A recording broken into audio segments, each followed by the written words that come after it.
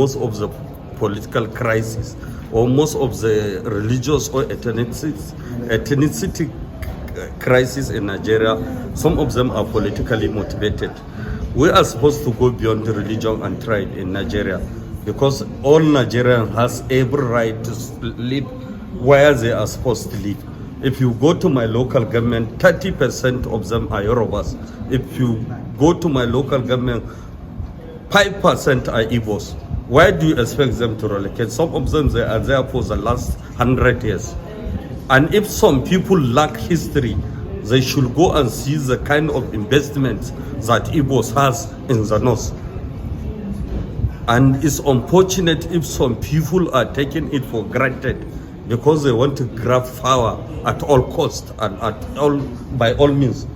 The military and the other security agencies has to live to their expectation. They are not supposed to be in the barrack while people are being killed and maimed by criminal elements who are just few elements and put the country on fire because it's a failure in their own capacity as leaders who are supposed to deal with those people decisively. And as a matter of fact, we have to urge all different formations that they should have a coordinated, unless there is coordinated and simultaneous operations in most of these camps. That is how we'll end all this criminality. Because most of these people, they know if they were chased from one state, they will leave to another state.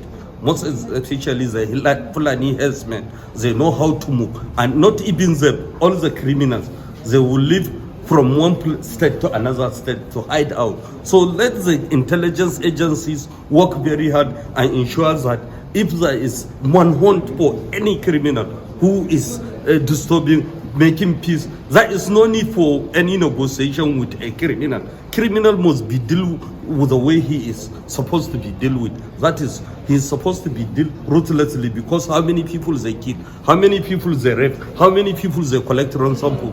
Is it good for the country to continue with that type of attitude? It's not good. For a prosperous country and for a nation to develop, we have to live to our expectation because the government is doing its best. No government, no responsible government will allow criminal to exist in his state, whether a state governor or a president and commander-in-chief of the armed forces.